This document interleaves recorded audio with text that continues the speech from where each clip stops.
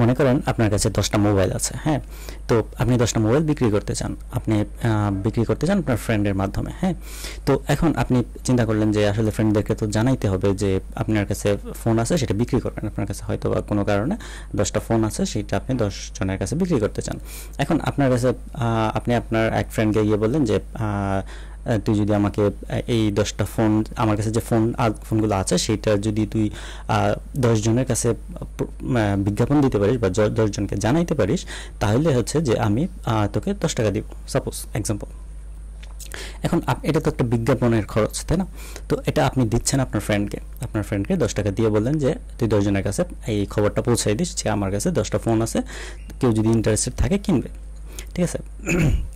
এখন আপনার ফ্রেন্ড করলো কি, টাকা নিল, নেওয়ার পরে আপনার ফ্রেন্ড সেই 10 জনকে না জানিয়ে একজনকেই বলতেছে 10 বার যে এরকম একটা ফোন আছে, ফোনটা যাতে কিনে, ঠিক আছে? এখন একজনকে 10 বার বলতেছে, তাহলে তারপর সে আপনার টাকাটা নিয়ে নিল। তো এই যে জিনিসটা হইলো যে একজনকে 10 বার বললো, আসলে তার বলা উচিত ছিল 10 জনকে। তো এই যে ব্যাপারটা ঘটলো, এটা কি আসলে ঠিক হলো কিনা? না, এটা আসলে ঠিক হয় নাই। আপনার ফ্রেন্ড আপনার সাথে সঠিক কাজটা করে নাই। এই যে কাজটা করে নাই, বিজ্ঞাপনের জন্য আপনি টাকা ঠিকই দিলেন, কিন্তু একজনের কাছে জানাইলো। এখন একজন হয়তো একটা ফোন কিনবে, কিন্তু আপনার বাকি ফোনগুলো কিন্তু অবিকৃত থেকে যাবে এবং আপনার পুরো টাকাটা বিজ্ঞাপনের জন্য যে 10 টাকা দিলেন সেটা কিন্তু লস, ঠিক আছে? তো এই যে ব্যাপারটা ঘটলো, এই ব্যাপারটা ঘটার পরে আপনি কি ওই যে ফ্রেন্ডকে আবার বিজ্ঞাপন দিবেন? ওই ফ্রেন্ডকে কি আবার গিয়ে বলবেন যে আবার বিজ্ঞাপন তুমি আমাকে আরও 10 জনের কাছে গিয়ে জানাও? কারণ আপনি যদি ধরতে পারেন যে সে একজনকে জানাইছে, 10 জনকে জানায় নাই, তাইলে কিন্তু তাকে আর আপনি আবার বিজ্ঞাপনের জন্য হায়ার করবেন না। তো এই গুগলও কিন্তু এই জিনিসটাই করে। গুগল কিন্তু তার বিজ্ঞাপন যখন দেয়, অ্যাড দেয়, তো গুগলও চায় যে সে বেশি মানুষের কাছে পৌঁছানোর জন্য। তো আপনি যখন এরকম একটা আর্নিং অ্যাপ তৈরি করে নিজেই ক্লিক করতে থাকেন, অর্থাৎ কয়েকজন হাজার অ্যাড দেখতেছে, আসলে এইটা হাজার মানুষের কাছে পৌঁছানোর কথা ছিল, কিন্তু কয়েকজন মিলে আপনি বারবার সারাদিন অ্যাড দেখতেছেন। এই যে ব্যাপারটা আপনারা ঘটাইতেছেন, এইটা হচ্ছে যে ঠিক কাজ না।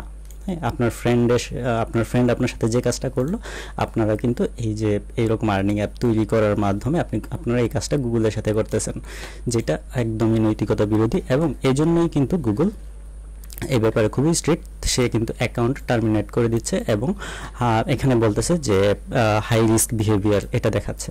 হ্যাঁ, তো আমি আপনাকে একটা বাস্তব উদাহরণের সাহায্যে বললাম যে এই আর্নিং অ্যাপ তৈরি করাটা আসলে কেন এটা একটা 2 নম্বরই কাজ। তো এটা আপনারা কেন করবেন না, সেটাই আমি আপনাদেরকে একটা রিয়েল লাইফ এক্সাম্পল দিয়ে বললাম।